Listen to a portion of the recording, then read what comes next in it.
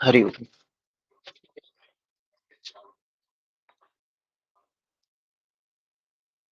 कल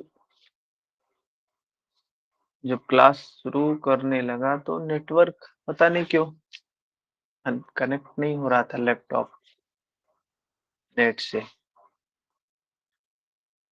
चलिए करते हैं आज हठ प्रदीपिका। प्रयास करेंगे आज प्रथम अध्याय समाप्त हो जाए। 1350 से 1450 के मध्य में इसका काल है, समय है। स्वात्माराम जी के द्वारा लिखा गया हठ योग का एक महत्वपूर्ण ग्रंथ है, जिसको हठ योग प्रदीपिका भी बोला जाता है। स्वात्माराम जी के श्लोक में हठ प्रदीपिका शब्द ज्यादातर, मतलब ज्यादातर क्या, यही मिलता ही है हठ प्रदीपिका, जिसको चतुरांग योग भी कहते हैं। 4 अंग हैं इसमें।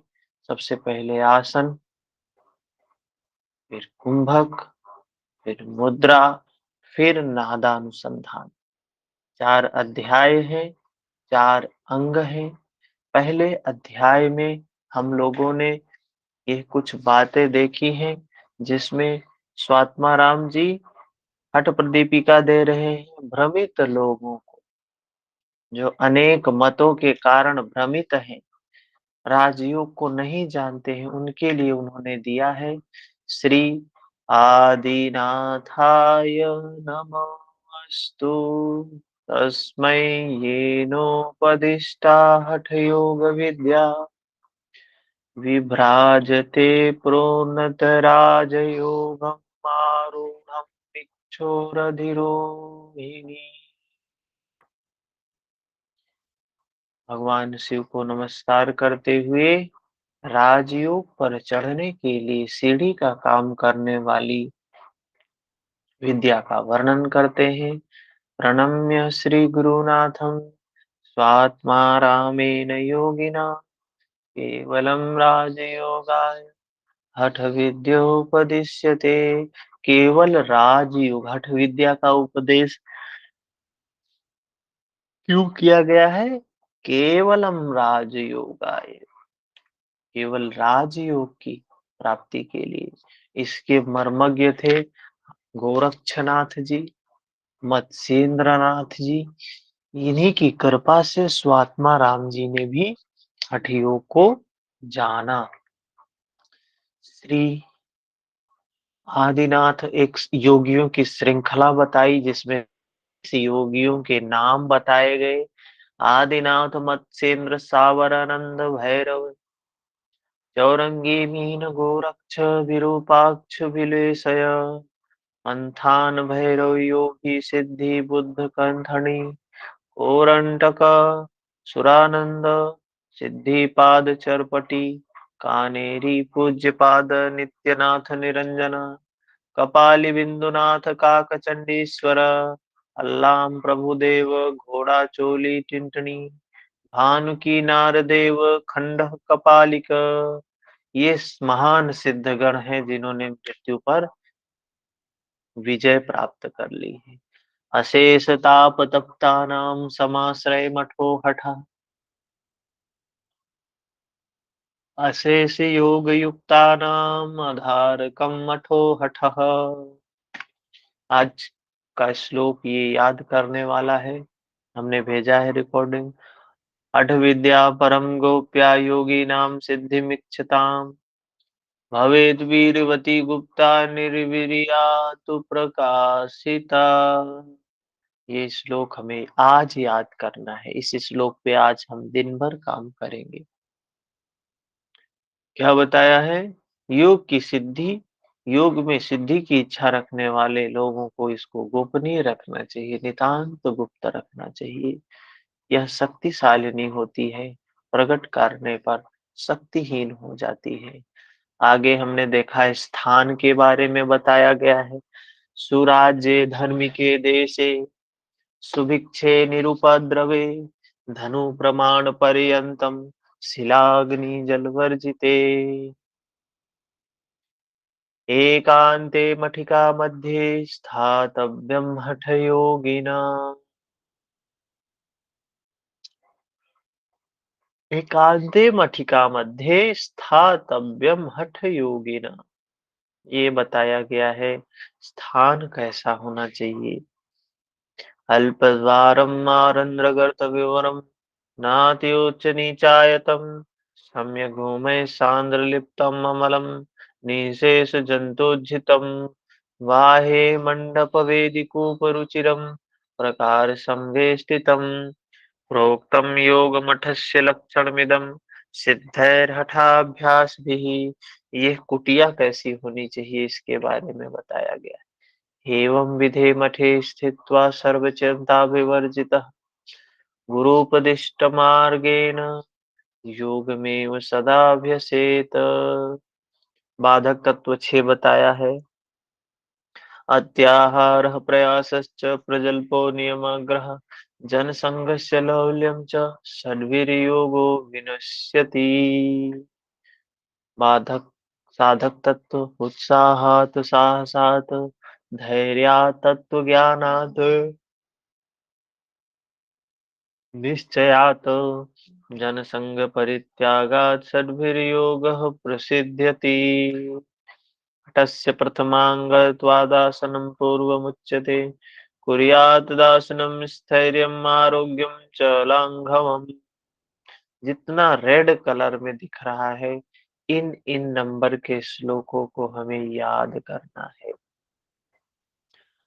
जो आसन हठ योग का पहला अंग आसन है।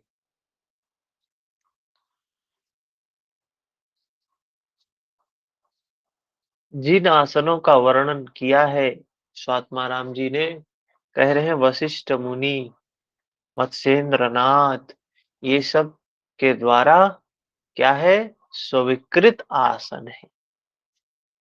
उन्हीं आसनों का मैं वर्णन कर रहा। क्या है? पहला बताया स्वस्तिक आसन, हमने देखा सिर्फ विधि बताई गई है। गोमुख आसन हमने देखा सिर्फ विधि बताई गई है। वीरासन हमने देखा सिर्फ विधि बताई गई है। ये आप फोटो में देख पा रहे हैं। कुंजल जी नमस्कार।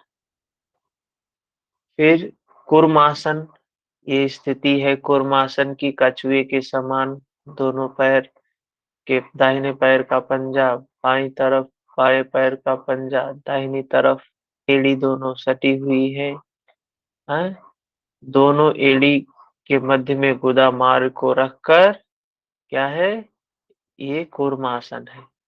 इसके बाद कूर्मासन के बाद कुक्कुटासन, फिर उत्तान कूर्मासन।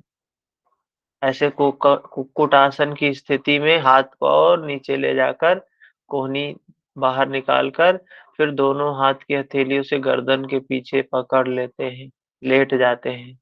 इसको बोला कूर्मासन। ये कूर्मासन हो गया। उत्तान कूर्मासन हो गया। उसके बाद फिर आता है, उसके बाद धनुरासन, 7वें नंबर पर धनुरासन बताया। ये विधि है धनुरासन की हठ प्रदीपिका में। कभी-कभी इंटरव्यू वगैरह में, जब हम इंटरव्यू में होते हैं तो पूछ लेते हैं कि हठ प्रदीपिका में ध धनुरासन करके दिखाइए। अब जो नहीं जानता वो क्या करेगा, लेट जाएगा और लेट कर पीछे जैसे धनुरासन करते हैं उसको दिखा देंगे। मतलब टेक्स्ट का ज्ञान नहीं होगा तो वो कुछ कहेंगे नहीं। जो वहाँ बैठे हुए हैं एग्जामिनर, कुछ बोलेंगे नहीं, ठीक है, बहुत अच्छा, बहुत अच्छा। कहाँ वर्णन किया गया है? तो आप सुने हठ पर दीपिका? हाँ, हठ पर दीपिका में। अच्छा, चलिए ठीक है, हो गया, आपका काम हो गया। तो टेक्स्ट में क्या बताया गया है एग्जैक्ट पता होना चाहिए प्रैक्टिस से, ठीक है? तो ये धनुरासन है। लाभ इसका भी नहीं बताया गया है, लाभ उसका भी नहीं बताया गया है और लाभ इसका भी नहीं बताया गया। अब चलते हैं आगे, है मत्स्येंद्रासन। मत्स्येंद्रासन, मत्स्येंद्रासन, महत्वपूर्ण है। दाहिने पाँव को बाईं जंघा के मूल में रखकर, बाएं पाँव को दाहिने घुटने के बाहर से घेरते हुए। 2 फोटो लगा है यहाँ आसन का। पहला है जो लिखा है पूर्ण मत्स्येंद्र आसन। तो उसमें आप देख रहे हैं दाहिना पाँव कहाँ पे है? बाईं जंघा के ऊपर। जैसे हम पद्मासन की स्थिति में बैठते हैं, तालू को ऊपर की ओर करके बैठते हैं, वो स्थिति। और बायां पैर दाहिने घुटने के बगल में, हाथ की स्थिति देख रहे हैं क्या है? ये पूर्ण मत्स्येंद्र आसन है। और बायां हाथ घुमा के पीछे ले आए हैं अपने नाभि के पास। वहीं अर्ध मत्स्येंद्र, पूर्ण मत्स्येंद्र आसन सभी लोग प्रैक्टिस नहीं कर पाते हैं। तो अर्ध मत्स्येंद्र आसन की प्रैक्टिस करना आसान है। तो इसमें क्या होता है? पैर को ऊपर नहीं रखना होता है। कितने लोगों का पैर तो ऊपर जाता ही नहीं है, और उसमें भी ये कहाँ से कर पाएंगे? तो ये आसन अर्ध मत्स्येंद्र आसन बताया गया है। और पूर्ण, तो अर्ध मत्स्येंद्र आसन के 4 लाभ बताए गए हैं। अर्ध मत्स्येंद्र आसन के 4 लाभ बताए गए हैं। क्या है? मत्स्येंद्र आसन का अभ्यास करने से क्या होगा? जठराग्नि प्रदीप्त होगी। और क्या होगा? रोग को नष्ट करने में अस्त्र के समान है। और क्या है? कुंडलिनी जागृत करने वाला है और चंद्रमंडल से स्थिर होता है। इससे चंद्रमंडल स्थिर होता है। 4 लाभ इसके बताए गए हैं। जठराग्नि रोगों को नष्ट करने में अस्त्र के समान, कुंडलिनी जागृत करता है, चंद्रमंडल स्थिर करता है। ये 4 लाभ बताया गया है मत्स्येंद्र आसन का, जिसमें सबसे मेन लाभ है कुंडलिनी जागृत करता है। यही एक आसन है जो कुंडलिनी जागृत करता है, इसके अलावा और कोई आसन नहीं है। इसके बाद फिर कौन सा आसन बताया? पश्चिम तानासन। देख रहे हैं क्या स्थिति है? पश्चिम तान, दोनों पाँव को भूमि पर दंड के समान फैलाकर, दोनों अंगूठों को पकड़कर घुटनों पर मस्तक लगाकर रखने से पश्चिम तान आसन कहलाता है। Stretch both legs on the ground like sticks. Grasp the toes with both hands. Rest the forehead on the knees. This is पश्चिम तानासन। ये पश्चिम तान की स्थिति है। कौन कौन सा नंबर है ये आसन? पश्चिम तान आसन नंबर है कौन सा? 9 नंबर। आसनों के सीक्वेंस भी याद करने का प्रयास करेंगे। आगे चलते एक दिन हम देंगे आसनों का सीक्वेंस याद करेंगे, सिर्फ आसनों का सीक्वेंस याद करेंगे। सीक्वेंस भी पूछ लेंगे, उनको पूछना है कुछ भी, उनके पास जब पूछने के लिए नहीं, हम कौन सा फिजिक्स, केमिस्ट्री, मैथ, स्टैट्स पढ़ रहे हैं? हम तो यही हठ योग पढ़ रहे हैं। तो इसी में से गिनती पूछेंगे हमको कि चौथा आसन कौन सा है, 7वां आसन कौन है, 11वां आसन कौन सा है। तो 9वां आसन है पश्चिम तानासन। फिर 10वां है क्या? इसके लाभ भी बताए हैं। लाभ क्या बताया है? इसका लाभ क्या बताया है? आसनों में अग्रगण्य क्या है? प्राण सुषुम्ना में संचार होता है। प्राण का सुषुम्ना में संचार होता है। इसके भी 4 लाभ बताए गए। और जठराग्नि प्रदीप्त होती है, उससे कुंडलिनी जागृत होता था, जठराग्नि प्रदीप्त होता था। इससे सिर्फ जठराग्नि ही प्रदीप्त होती है। और कमर के लिए, जिसके कमर में फैट ज्यादा है, उसको कम करने में काम करता है पश्चिम तानासन। और आरोग्य लाभ देता है, रोग को समाप्त करने का काम। मयूरासन, मयूरासन भी बताया है। इस स्थिति में मयूरासन करना है। इसका लाभ क्या है? इसके भी 4 लाभ बताए हैं। समस्त रोगों का नाश करता है और उदर गुल्म दोषों को दूर करता है और कुपथ्य भोजन भी आपने खा लिया है, वो भी पचा देगा। और आपने विष विष ग्रहण कर लिया है, तो विष को भी पचा के भस्म कर देगा। ये विष पचाने की क्षमता मयूर आसन में है। इसके बाद आता है शव आसन। 11 नंबर आसन है शव आसन। शव आसन में क्या है? थकान को दूर करता है और मानसिक शांति देता है। ये शव आसन है।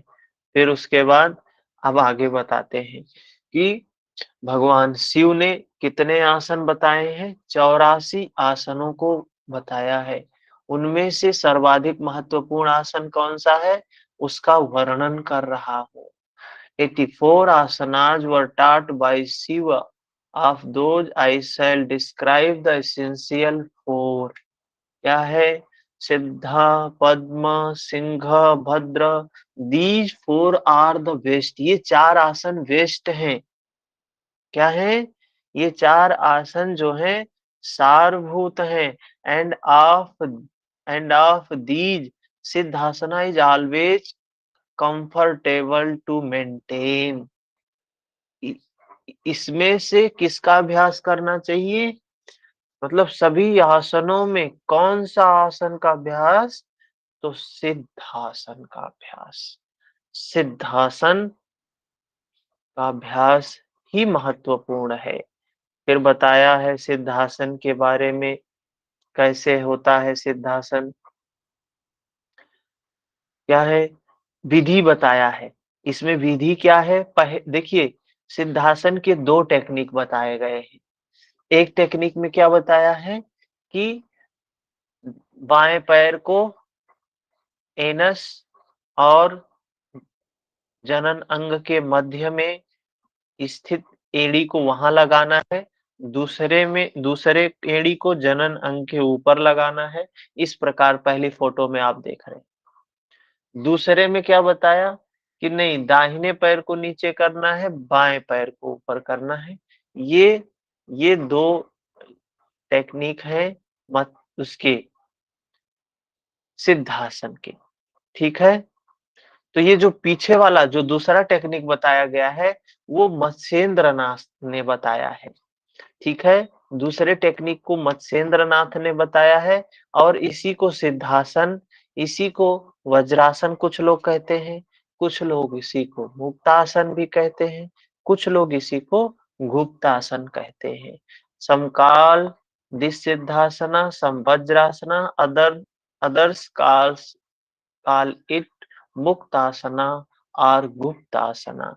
तो ये कुछ नाम है इसी सिद्धासन के। ठीक है?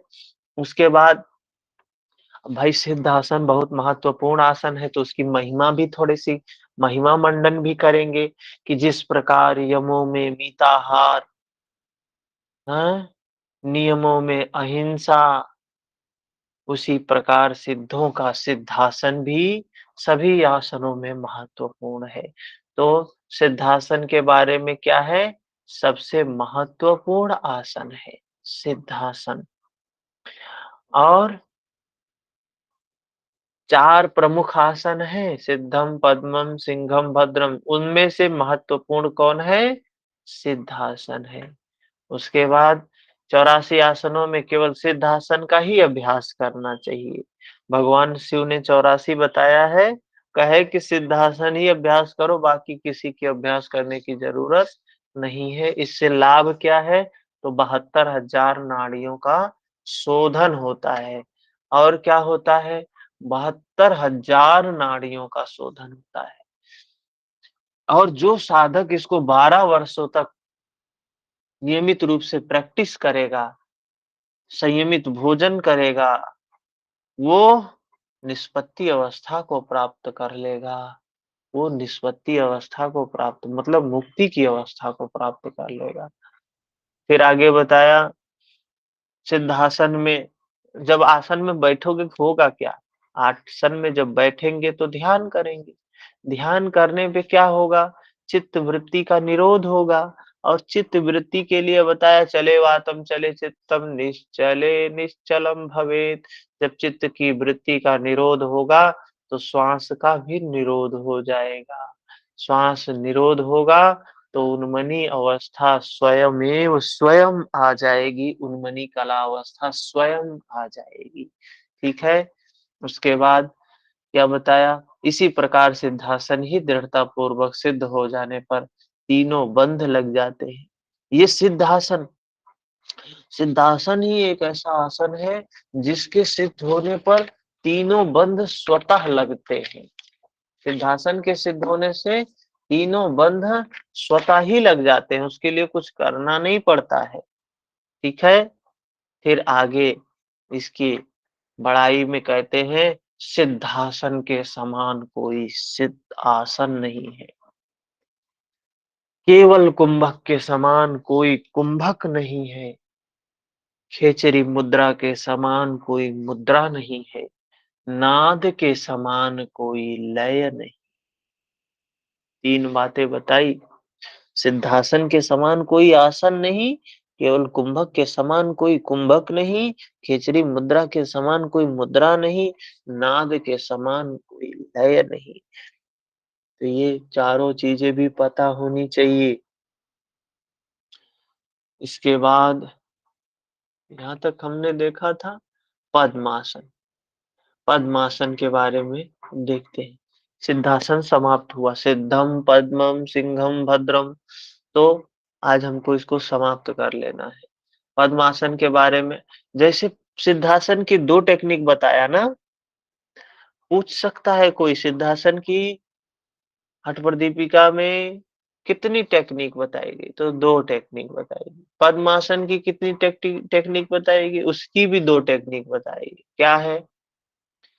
वामोरुपरि दक्षिणं च चरणं संस्थाप्य वामं तथा दक्षोरुपरि पश्चिमेन विधिना धृत्वा कराभ्यां दृढम् अङ्गुष्ठौ हृदये निधाय चिबुकं नासाग्रमालोकये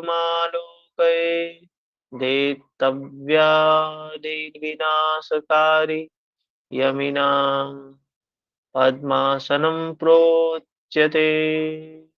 बाईं जंघा के ऊपर दाहिना पांव, दाहिनी जंघा के ऊपर बायां पांव स्थापित कर। Place the right foot on the left thigh and the left foot on the right thigh and grabs the toes with the hands crossed over the back। जिस प्रकार आप फोटो में देख पा रहे हैं, कैसे दाहिने हाथ से बाएं अंगूठे को पकड़ा है, बाएं हाथ से दाहिने अंगूठे को पकड़ा है। ठीक है? और उसके बाद और भी कुछ कह रहे हैं। हृदय प्रदेश पर ठुड्डी को लगाकर, फोटो नहीं मिला ऐसा, जिसमें चिन्ह को हृदय प्रदेश में लगाना है। ठीक है? नासाग्र दृष्टि रखनी है। दृष्टि कहाँ होनी चाहिए? नाक के अग्रभाग पर। योगियों के द्वारा कथित यह पद्मासन सभी रोगों को नष्ट करने। एक पद्मासन तो ये है, इसको हम बोल सकते हैं बद्ध पद्मासन। क्या बोल सकते हैं? हम समझने के लिए बोल सकते हैं बद्ध पद्मासन। ठीक है? बद्ध मतलब बांधे हुए हैं हाथों से अंगूठों को, हाथ के अंगूठों से पैर के अंगूठों को बांधे हुए हैं। तो हम ये समझ सकते हैं ये बद्ध पद्मासन है। कोई पूछ सकता है कि हठ प्रदीपिका में हाँ पद्मासन की टेक्निक बताई गई है, कौन कौन सी टेक्निक है? तो एक पद्मासन है, उसमें 2 प्रकार की टेक्निक है। एक बद्ध पद्मासन। क्या होता है बद्ध पद्मासन में? बद्ध पद्मासन में क्या होता है? तो दोनों पैरों को क्रॉस लेग करके बैठे हुए हैं, दोनों हाथ के अंगूठों से, दोनों हाथ के अंगूठों से दाएं हाथ से बाएं पैर के अंगूठे को, अच्छा दाएं हाथ से दाहिने पैर के अंगूठे को, बाएं हाथ से बाएं पैर के अंगूठे को पकड़े हुए हैं। ठीक है? ये स्थिति। दूसरा पद्मासन कौन सा है? दूसरा है बुद्ध पद्मासन। एक बद्ध है, एक बुद्ध है। बुद्ध ऐसा कहीं लिखा नहीं है, बद्ध भी कहीं नहीं लिखा है, हम समझने के लिए ऐसा बोल रहे हैं। क्यों बोल रहे हैं? क्योंकि हमें बहुत सी मूर्तियाँ भगवान बुद्ध की मिलती हैं। भगवान बुद्ध की बहुत सी मूर्ति मिलती है, पद्मासन में बैठे हुए हैं, दोनों हाथ एक-दूसरे के ऊपर रखे हुए हैं, बिल्कुल सहज, बिल्कुल स्थिर, बिल्कुल शांत बैठे हुए हैं। ये स्थिति मिलती है। वही वैसे ही पद्मासन बताया है। उत्तानौ चरणौ कृत्वा उरु संस्थौ प्रयत्नतः उरु मध्ये तथोत्तानौ कृत्वा तथोदृशौ। दोनों पैरों के तलुओं को ऊपर की ओर करके place the right foot on the left foot on the right thigh and grabs the toes with the hands over the crust। अच्छा, ये इसमें गलत लिखा है, ये नहीं होगा, इंग्लिश वाला गलत है। क्या है? जंघाओं पर रखकर ठुड्डी को हृदय प्रदेश में स्थापित कर एक हथेली को दूसरी हथेली पर विन्यसित रखते हुए जंघाओं के मध्य में रखकर प्राण को धीरे-धीरे ऊपर उठाकर क्या करना है? हाँ? नासाग्र दृष्टि रखते हुए जीभ को तालू के अग्रभाग में लगाते हुए इसे पद्मासन कहते हैं, जो सभी प्रकार की व्याधियों को नष्ट करने वाला होता है। तो इस स्थिति में बैठना, gauge on the tip of the nose. कह रहे यहाँ आँख यहाँ उनकी बंद है, लेकिन कह रहे देखने के लिए। कहाँ देखना है? नासाग्र दृष्टि। Keeping the tongue pressed against the root of the teeth of the upper jaw and the chin against the chest and raise the air up slowly. Pull the apan vayu gently upwards। ये नासाग्र दृष्टि रखते हुए अपान वायु को ऊपर उठाने के लिए बोल रहे हैं। तो पद्मासन की 2 विधियाँ बताई गई हैं, कौन-कौन सी? एक बद्ध पद्मासन, दूसरा बुद्ध पद्मासन। इस प्रकार से हमें इसका इसको जानना है पद्मासन को, ठीक है? और ये पद्मासन करता क्या है? सभी रोगों को नष्ट करता है। उसके बाद इदं पद्मासनं प्रोक्तं सर्वव्याधिविनाशनं दुर्लभं येन केनापि धीमता लभ्यते भुवि। इससे सभी लोग प्राप्त नहीं कर सकते, संसार के कुछ बुद्धिमान लोगों द्वारा ही यह किया जा सकता है। तो पद्मासन का अभ्यास कौन कर सकता है? ये सभी रोग को नष्ट करने वाला है और बुद्धिमान लोगों द्वारा ही इसका अभ्यास किया जा सकता है। बुद्धिमान लोगों द्वारा ही अभ्यास किया जा सकता है, ठीक है? आगे चलते हैं। 48 में क्या बताया? मत्स्येंद्र मतम। मत्स्येंद्र के अनुसार कुछ विधि बताई गई है। क्या है इसमें?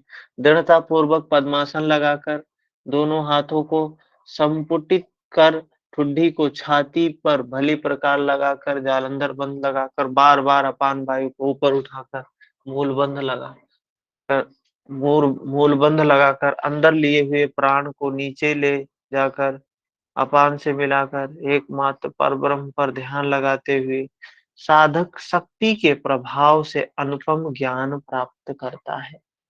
शक्ति के प्रभाव से अनुपम ज्ञान प्राप्त करता है। तो ये बता रहे मत्स्येंद्र जी।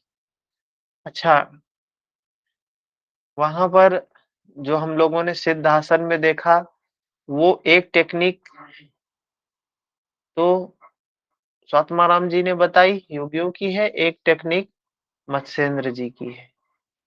यहाँ पद्मासन में 2 टेक्निक बताया गया है पद्मासन में, और एक टेक्निक है किसकी?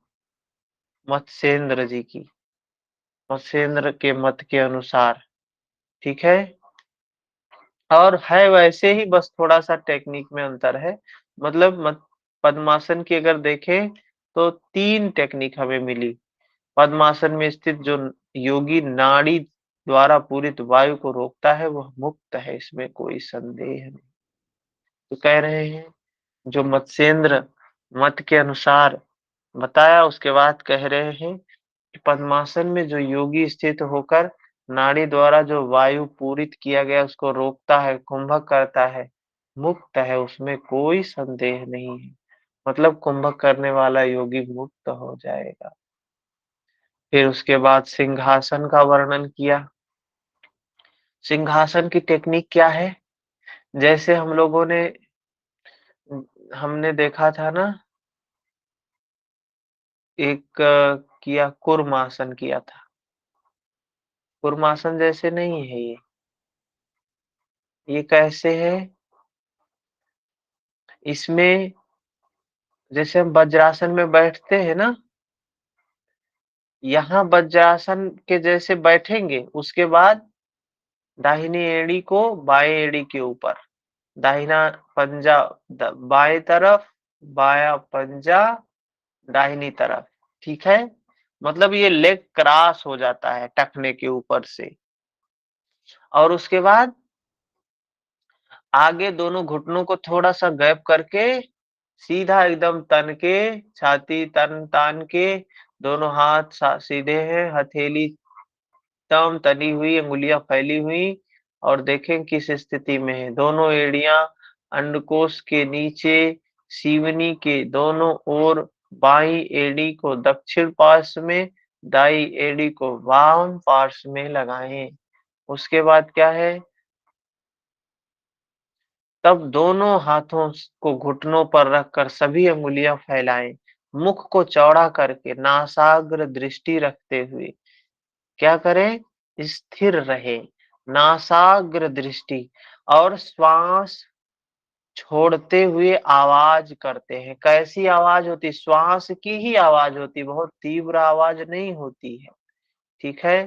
तो ये कहा सिंहासन भवेतत पूजितम योगी पुंगवे बंधत्रिय संधानम कुरुते चासनोत्तमम। कह रहे हैं ये जो सिंहासन है, ये श्रेष्ठ योगियों द्वारा पूजित है। देखिए ऐसे ही कुछ-कुछ पॉइंट हैं जो प्रश्न बन के हमारे सामने आ जाते हैं 2 नंबर लेकर। श्रेष्ठ योगियों द्वारा पूजित आसन कौन है? तो सिंहासन है। उत्तम आसन स क्या कह रहे हैं? आसनों में उत्तम आसन। अच्छा, सबसे इसको बोला उत्तम आसन है। This this excellent asana effects the completion of the 3 बंधाज। तो ये उत्तम आसन है। और सिद्धासन के लिए क्या बोला गया है? सिद्धासन के लिए कुछ बोला गया है? श्रेष्ठ, इसको बोला उत्तम आसन है। और सिद्धासन को आसनों में श्रेष्ठ। सबसे श्रेष्ठ हम्म, आसनों में सबसे श्रेष्ठ, महत्वपूर्ण, श्रेष्ठ है, महत्वपूर्ण है सिद्धासन। और उत्तम आसन है, ये शब्द का फेर है। प्रश्न आया कि सिद्ध श्रेष्ठ आसन कौन सा है? तो सिद्धासन है। महत्वपूर्ण आसन कौन सा है? सिद्धासन है। लेकिन प्रश्न आ गया सबसे उत्तम आसन किसको कहा गया है? तो वह है सिंहासन। और ये और देखिए थोड़ा सा अंतर, सिद्धासन करने से क्या होता है? तीनों बंध स्वयं लग जाते हैं। सिद्धासन करने से क्या होता है? तीनों बंध स्वयं लग जाते हैं। जबकि सिंहासन करने से बंधों के अभ्यास को सरल बनाता है। सिंहासन का अभ्यास करेंगे तो तीनों बंध सरल हो जाएँगे, आसान हो जाएँगे। ठीक है? इसके बाद भद्रासन के बारे में बताया। भद्रासन क्या है? ये देख रहे हैं। गुल्फौ च वृषणस्था शिवन्याः पार्श्वयोः क्षिपेत सव्यगुल्फं तथा सव्ये दक्षगुल्फं तु दक्षिणे। दोनों एड़ियों को क्या है? अंडकोश के नीचे सीवनी के पार्श्व में रखें। Place the heels on either side of the seam of the perineum, keeping the left heel on the left side and the right one on the right side। ये स्थिति आप फोटो देख रहे हैं, इससे ज्यादा बेहतर समझ में आ रही है। भद्रासन हम सभी जानते हैं क्या है? दोनों एड़ियों को दोनों पैर के तलवों को आपस में चिपकाते हैं, दोनों घुटने जमीन से सटे हुए हैं, कमर गर्दन सीधा है, दोनों हाथ की हथेली को फंसा के पैर के दोनों पंजों को पकड़ते हैं। क्या है ये? भद्रासन है। क्या है? भद्रासन है। उसके बाद भद्रासन के बाद 54 नंबर क्या कह रहे हैं? दोनों पाँवों में के अग्रभाग को अच्छी तरह पकड़कर अच्छे से इसको पकड़ ले और सब व्याधियों को नष्ट करने वाला, सर्व रोग समाप्त करने वाला, सर्व व्याधि विनाशनम और सिद्ध योगी इसी को गोरक्षासन कहते हैं। तो एक यहाँ और प्रश्न है कि गोरक्षासन किस आसन को कहा जाता है? सिद्धासन को, पद्मासन को, सिंहासन को, भद्रासन को? ऐसे प्रश्न आएंगे ना कि गोरक्षासन किसको कहते हैं? सिद्धासन, पद्मासन, सिंहासन, भद्रासन। तो भद्रासन को ही गोरक्षासन भी कहा जाता है। ये पॉइंट हमें याद करने हैं। हम नोट भी इसका बना के देंगे आपको। ये पॉइंट याद करने हैं। फिर उसके बाद आगे चलते हैं। ये 15 आसन हो गया ना? पहला अंग क्या है? हठस्य प्रथमांगत्वादासनं पूर्वमुच्यते। आसन का कुर्यात् दासनम स्थैर्यम आरोग्यम च लांघवम्। ये आसन का प्रथम अंग, जिसमें कितने आसन बताए स्वात्माराम जी ने? 15 आसन बताया। अब उसके बाद क्या कहते हैं? एवमासन बंधेषु योगिन्द्रो विगत श्रमः अभ्यसेनादिका शुद्धि रुद्रादिपवन क्रिया। इस प्रकार आसन आदि के अभ्यास से थकान दूर हो जाने के बाद उत्तम साधक आसन की प्रैक्टिस कर लिए, एक उत्तम साधक क्या करेगा? नाड़ी शुद्धि करेगा, अपनी नाड़ियों को शुद्ध करेगा, मुद्रा का अभ्यास करेगा, प्राण की क्रिया का अभ्यास करेगा, प्राणायाम करेगा।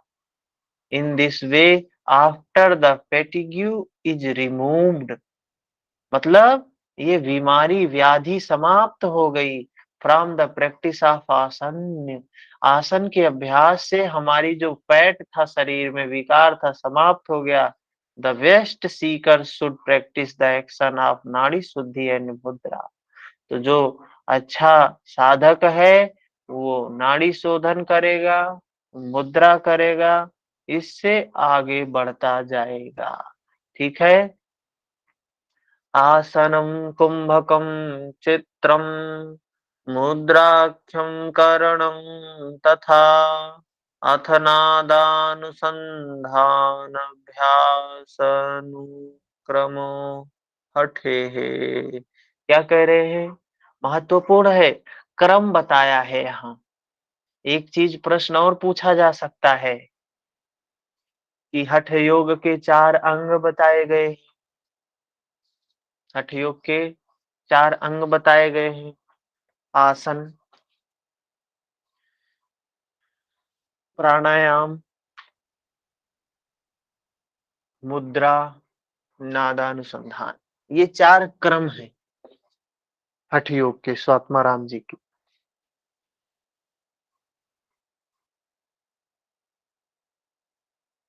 बीच में शुद्धि क्रिया भी कहीं मिलेगी। तो किसको कब करना है, किसका अभ्यास कब करना है? जब जिसका मन कहे वही कर ले। सो के उठे, नाड़ी शोधन पे जुट गए, सो के उठे आसन करने लगे, सो के उठे प्राणायाम करने लगे, सो के उठे मुद्रा करने लगे। क्या करना है, कब करना है, कैसे करना है, कितना करना है? तो पहले तो ये बताया कि ये क्रम से अभ्यास होगा। हठ प्रदीपिका का एक महत्वपूर्ण बात है, आप लोग समझ लें इसको, कि क्रम से ही करना है। मतलब आसन पहले नंबर पर ही होगा, दूसरे पर कुंभक ही होगा, तीसरे पर मुद्रा ही होगी, चौथे पर नादानुसंधान ही होगा। ये क्रम क्रम क्रम से ही होने वाली चीजें। आसन, कुंभक, मुद्रा, नादानुसंधान, ये सब एक क्रम बताया है स्वात्मा राम। मतलब अपने मन से नहीं कि जवन मन का है वही कर लिए, एक सीक्वेंस में करते जाना है। आगे फिर बताते हैं। ठीक है, बात समझ में आई, चलो सीक्वेंस से करेंगे। ये योगी कैसे होंगे? ब्रह्मचारी मिताहारी त्यागी परायण अब्दाधूर्ध्वं भवेत् सिद्धो नात्र कार्या विचारण। क्या कहा? जिसने ब्रह्मचर्य का पालन, जो योगी है ना, जो योगी ब्रह्मचर्य का पालन करेगा, योग में सिद्ध होना तो ब्रह्मचर्य का पालन। मिताहारी हो, ये नहीं कि खा के सो गया, खूब खा के सो गया। त्यागी हो, सेक्रीफाई करने वाला हो, योग के प्रति समर्पित हो। ऐसा साधक बताया 1 वर्ष में भी सफलता प्राप्त कर सकता है, उससे कुछ अधिक समय में भी सिद्धि प्राप्त कर सकता है, इस बात में कोई संदेह नहीं।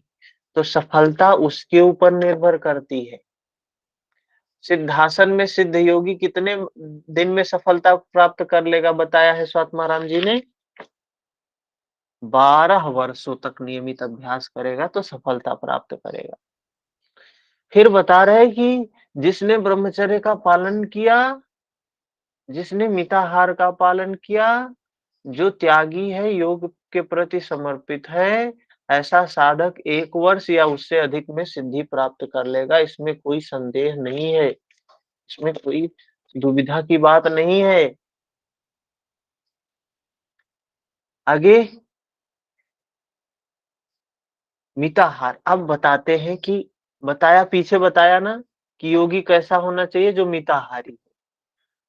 तो यही प्रश्न उठता है, भाई मिताहार क्या है? मिताहार है क्या? तो ये श्लोक याद करना है। ये श्लोक याद करना बहुत महत्वपूर्ण है। और किस नंबर पे है ये भी याद करना है, 58 नंबर पे है। क्या है? सुस्निग्ध मधुराहार चतुर्थांश विवर्जितः भुज्यते शिव संप्रीत्य मीताहारः स उच्यते। सुस्निग्ध, कैसा आहार होना चाहिए? स्निग्ध, मधुर भोजन, भगवान को अर्पित करके अपने पूर्ण आहार का कितना कम खाया जाए? चतुर्थांश, 1/4, 25% कम खाया जाए, मिताहार कहते हैं। Sweet sweet food is offered to the Lord. भगवान को अर्पित करके less than 1/4 of his complete diet is eaten by it is called मिताहार। यही मिताहार है। मिताहार कोई पूछता है क्या है, तो यही श्लोक बोल सकते हैं, ये बता सकते हैं सुस्निग्ध आहार लेना, मधुर आहार लेना, भगवान को अर्पित करके लेना और 1/4 कम लेना, इसी को मिताहार। 4 बातें बताई गई, सुस्निग्ध हो, मधुर हो, भगवान को अर्पित करके और 1/4 कम खाया जाए। 4 बातें बताई मिताहार में, ये हम पॉइंट को जानेंगे। फिर अपथ्य आहार, तो बात आया खाना है, तो ये भी बात आएगा क्या नहीं खाना है, हैं? कि सब खाना ही खाना है। मिताहार मतलब जो भी हो बस खाते रहो, हाँ? सब कुछ खाना ही तो है नहीं, कुछ तो ऐसा होगा जो नहीं खाना है, बचना है। अपथ्य है, तो क्या है? कटुआ, कटु, अम्ल, तीखा, लवण, नमकीन, उष्ण, गरम, हरित शाक, ग्रीन वेजिटेबल्स, खट्टी भाजी, सौर वेजिटेबल्स, खट्टी भाजी, तेल, ऑयल, क्या है? तिल, सरसों, मद्य, मछली, बकरे आदि का मांस। क्या बोला? कट्वाम्ल, तीक्ष्ण, लवणोष्ण, हरित शाक, सौवीर, तैल, तिल, सरसप, मद्य, मत्स्यान, अजादि मांस, दधि, तक्र, कुलथक, कोल, पिंड्याक, हिंग, लहसुन, अपथ्यम, माहू। ये चीजें बताई है, अपथ्य है। कौन कौन सी? कटु, अम्ल, तीक्ष्ण, लवण, उष्ण, हरित शाक, सौवीर, तैल, तिल, सरसप, मद्य, मत्स्यान, अजादि मांस। ठीक, तो 3 3 6 3 3 करना 13, अजादि मांस 13, फिर 14 दही, 15 छाछ, 16 कुल्थी, 17 कोल, 18 खल्ली, 19 हींग तथा लहसुन। तो कितनी चीजें बताई है नहीं खाना है? संख्या भी हमें पता होना चाहिए। 20, अपक्ष में कित हाँ 20 20। 20 चीजें, 20 हैं जिनको हमें नहीं खाना है। ठीक है ना? एक योगा प्रैक्टिशनर को ये चीजें अपथ्य कारक हैं, इनसे परहेज करना चाहिए। आगे इनको याद करेंगे। फिर भोजनं महितं विद्यात् पुनर्प्यूष्णीकृतं रूक्षम् अतिलवण अम्लयुक्तं कदसन शाकोत्कंठं वर्ज्यम्। फिर से गर्म किया हुआ, रूखा, अधिक नमक, खटाई वाला, अपथ्य कारक। अपथ्य कारक मतलब जो पचने में दिक्कत करे, उत्कट अर्थात वर्जित शाक युक्त भोजन अहितकर है, इन्हें भी नहीं खाना चाहिए। और क्या बताया? 20 तो बताया, 20 के बाद फिर और भी बताया, क्या क्या चीजें बताया? 20 के बाद फिर से गर्म किया हुआ, एक बात, रूखा भोजन दूसरा, रूखा मतलब जिसमें रसहीन हो, जो अधिक नमक वाला 3, खटाई वाला 4, ये 4 चीजें फिर बताई। फिर से गर्म किया हुआ मतलब बासी, रूखा 2, अधिक नमक 3, खटाई, नमक खटाई। तो इसमें 3, ये एक इसको 3 में रखेंगे। 3 ऐसी चीजें हैं और उसके बाद अपथ्य 4 और उत्कट अर्थात वर्जित शाक युक्त 5। तो 5 20 प्लस 5 25 चीजें टोटल मना की है इन्होंने। फिर से गर्म किया हुआ रूखा, अधिक नमक या खटाई वाला, अपथ्य अर्थ तथा उत्कट अर्थात वर्जित शाक युक्त भोजन। ये अहितकर है, इन्हें नहीं खाना चाहिए एक योगाभ्यासी। 25 चीजें मना की है। इसके बाद फिर आगे कुछ बताया है क्या? बहिर्स्त्री पथि सेवानामादौ वर्जनमाचरेत तथा हि गोरक्षवतनम।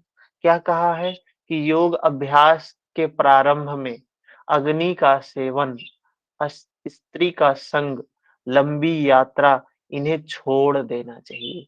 जो योगी योग का अभ्यास शुरू कर रहे हैं उन्हें वर्जन वर्जेत दुर्जन प्रांतम छोड़ देना चाहिए। ऐसा गोरक्ष का मत है क्या? दुर्जनों का स्थान, जहाँ अच्छे लोग ना रहते हो, दुर्जन लोग रहते हो, इनको इस जगह पे नहीं रहना चाहिए।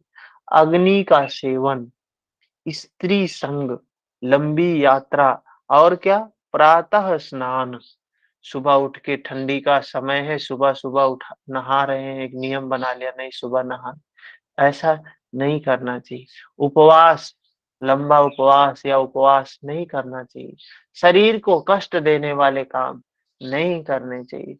ये योगी के लिए मना कर रहे हैं गोरक्षनाथ जी। ठीक है?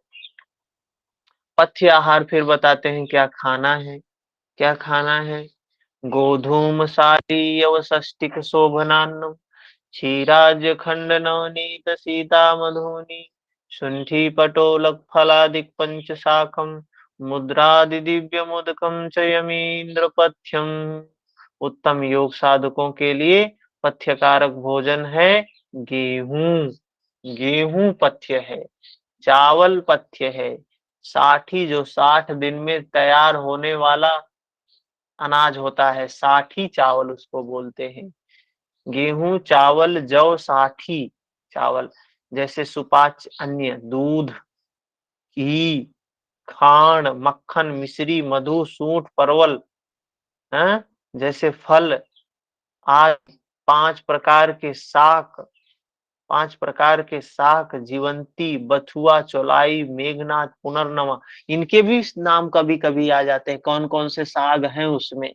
जीवंती, बथुआ, चौलाई, मेघनाथ, पुनर्नवा, मूंग आदि तथा शुद्ध और वर्षा का जल। ये चीज है योगी को लेने योग्य है। क्या-क्या?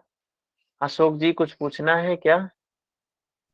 जी सर, ये मेघनाथ साग क्या होता है सर? मैंने आज तक कभी नहीं हम्म? सुना। मेघनाथ साग क्या क्या होता है चीज? सर? मेघनाथ साग, मेघनाथ साग। हाँ, मेघनाद। मेघनाद कुछ है, ये कोई खाद्य पदार्थ ही होगा। गोधूम साली षष्टिक शोभनात्रम क्षीराज्य खंड नवनीत सीधा मधुनी सुंठी पटोलक। कहाँ है ये मेघनाद? अच्छा, ये साक में हाँ, मेघनाद। ये किसी साग का नाम है। किसी, जो ये साग होते हैं, बथुआ जानते हैं, चौलाई सुना होगा, तो जी ऐसे जी, ही ये कोई तो सब। मेघनाद, ये कहीं होगा, किसी स्थान विशेष पर होने वाली चीज होगी, इसको बोलते होंगे, देखेंगे, कुछ हो ये सकता है मैं। गोरखनाथ, ये आप ही के साइड के होंगे, इसलिए आप ही लोग बता सकते हैं सर। गोरखनाथ तो आप ही के साइड के हैं, उसी के हैं। तो वो लोकल भाषा में मेघनाथ किस साग को कहते हैं ये नहीं पता। हाँ, होगा कुछ, देखते हैं, सर्च करेंगे हम। तो इसमें क्या बताया, क्या क्या पथ्य कारक है? एक तो गेहूं, दूसरा चावल, तीसरा जौ, हाँ, और साठी चावल। गोधूम साली व षष्ठिक सोहना, तो गोधूम, गेहूं, धूम, गेहूं, साली, षष्ठिक चावल, षष्ठिक चावल, गेहूं, षष्ठिक चावल, गोधूम, षष्ठिक शोभनानम। तो गेहूं हो गया, चावल, षष्ठिक चावल मतलब 60 दिनों में तैयार होने वाला चावल। जौ हो गया, 3 सुपाच्य अन्न, 4 दूध, 5 घी, 6 खांड, 7 मक्खन, 8 मिश्री, 9 मधु, 10 सूंठ, 11 परवल, 12 फल, 13 5 प्रकार के शाक, 18 मूंग, 19 ऐसे शुद्ध अर्थात वर्षा का जल, 20। तो 20 तो इन्होंने पथ्य में भी बताया, 20 पथ्य में भी बता रहे हैं। 20 जैसे अपथ्य में बताया था वैसे 20 यहाँ भी बता रहे हैं। गोधूमसाली षष्टिक शोभनान्नम, क्षीराज खंड नवनीत सीता मधुनी, शुंठी पटोलक फलादिक पंचसाकम, मुद्रादि दिव्य मुदकम च यमींद्र पथ्यम। अच्छा देखिए, 20 पहले भी बताया, 20 बाद में भी बताया। उसके बाद पुष्टम सुमधुरम स्निग्धम गव्यम धातु प्रपोषणम मनोभिलषितम योग्यम योगी भोजन माच। कैसा भोजन करना चाहिए? 20 प्लस पुष्टि कारक भोजन, 1 सुमधुर, 2 स्निग्ध, 3 गाय के दूध से बनी वस्तु, 4 धातु को पुष्ट करने वाला, 5 मनोनुकूल, मनोनुकूल विहित भोजन करना चाहिए। तो ये भी मान सकते हैं 20 प्लस 5 यहाँ, 20 प्लस 5 वहां। तो योगाभ्यासी को पुष्टिकारक, मधुर स्निग्ध, मधुर स्निग्ध गाय के दूध की बनी वस्तु, धातु को पुष्ट करने वाला, मनोनुकूल विहित भोजन करना चाहिए। A yogi should take क्या है? Nutritious sweet aliphatic things made of cow's milk, metal strengthening, custom made and prescribed food ही लेना चाहिए योगी को। बाहर की वैसी चीजें नहीं खानी चाहिए। योगी कैसा हो सकता है? योगी का क्या हो सकता है? तो बता रहे योगी, युवा वृद्धो अति वृद्धो या वा व्याधि तो दुर्बलो अपि वा अभ्यासत सिद्धिमाप्नोति सर्वयोगे वन्द्रितः। युवा साधक हो सकता है, वृद्ध साधक हो सकता है, अति वृद्ध हो सकता है, दुर्बल हो सकता है, रोगी हो सकता है, कोई भी हो, कह रहे हैं आलस्य रहित होकर हठ योग का अभ्यास करेगा तो सब योगों में सिद्धता प्राप्त कर लेगा। जो व्यक्ति आलस्य त्याग कर योग का अभ्यास करेगा सिद्धि अवश्य प्राप्त करेगा। साधक whether young old very old sick और weak by practising without laziness attains perfection in all yogas. क्या करेगा? परफेक्शन प्राप्त करेगा, वो जरूर प्राप्त करेगा। उसके बाद आगे बताते हैं, क्रिया युक्तस्य सिद्धि स्याद् क्रियस्य कथम भवेत्, न शास्त्र पाठ अमात्रेण योग सिद्धि प्रजायते। अभ्यास करने से योग में सिद्धि प्राप्त होगी, बिना अभ्यास की सिद्धि नहीं प्राप्त हो सकती। योग में सफलता केवल शास्त्र पढ़ने से नहीं आएगी। कोई व्यक्ति योग में सफल सिर्फ शास्त्र पढ़कर नहीं हो जाएगा। खूब शास्त्र जानते हैं, हाँ? शास्त्र पढ़ने से कल्याण नहीं होगा। कल्याण किससे होगा? अभ्यास से होगा। महर्षि पतंजलि कह रहे हैं, भगवान कृष्ण कह रहे हैं, भगवान बुद्ध कह रहे हैं, वही बात स्वात्मा राम जी कह रहे हैं कि अभ्यास से ही जो कुछ मिलेगा। Practice makes the man perfect. आगे, न वेश धारणम सिद्धे कारणम न जो तत कथा। वेश, कोई व्यक्ति अभी क्या चल रहा है? योग के नाम पे क्या चल रहा है? विशेष प्रकार की वेशभूषा धारण किए हुए हैं। स्वात्माराम जी कह रहे हैं कोई योग से इससे कोई लेना देना नहीं, इससे कोई योग की सफलता से लेना देना नहीं। कितनी सुंदर लोग बात करते हैं, बात करने से भी फल नहीं प्राप्त होगा। फल प्राप्ति होगी किससे? The result is only practice, only practice, only practice. बिना प्रैक्टिस के कुछ नहीं प्राप्त होगा। जो कुछ प्राप्त होगा प्रैक्टिस से प्राप्त होगा। पीठानी कुंभक चित्र दिव्यानि करणानि च सर्वव्यापी हठाभ्यासे राजयोग फलावधि। विविध आसन, कुंभक, मुद्रा, ये सब हठयोग के अभ्यास राजयोग में सफल होने तक करने चाहिए। ये हठयोग का अभ्यास कब तक करना है? जब राजयोग की अंतिम सीढ़ी तक नहीं पहुंच जाते हैं, जब तक राजयोग प्राप्त नहीं कर लेते हैं, तब तक प्रैक्टिस करना है। ये भी प्रश्न पूछा जा सकता है, प्रैक्टिस कब तक करना चाहिए? तो जब तक वो प्राप्ति ना हो जाए, तब तक प्रैक्टिस करना चाहिए। ठीक है? कोई प्रश्न किसी का? इस प्रकार ये प्रथम अध्याय समाप्त हुआ है। हम एक शॉर्ट नोट बना के भी भेजेंगे आप सबको। प्रथम अध्याय का शॉर्ट नोट आपके पास भी होगा और हम भी बना के भेज देंगे। इससे आपको सहूलियत होगी। ठीक है? कोई प्रश्न हो तो बताएं, नहीं तो बाद में भी पूछ सकते हैं। कोई भी प्रश्न होता है, समाप्त करते हैं। मिलते हैं कल सुबह में 5:30 बजे श्रीमद् भगवत गीता की क्लास। हरिओम।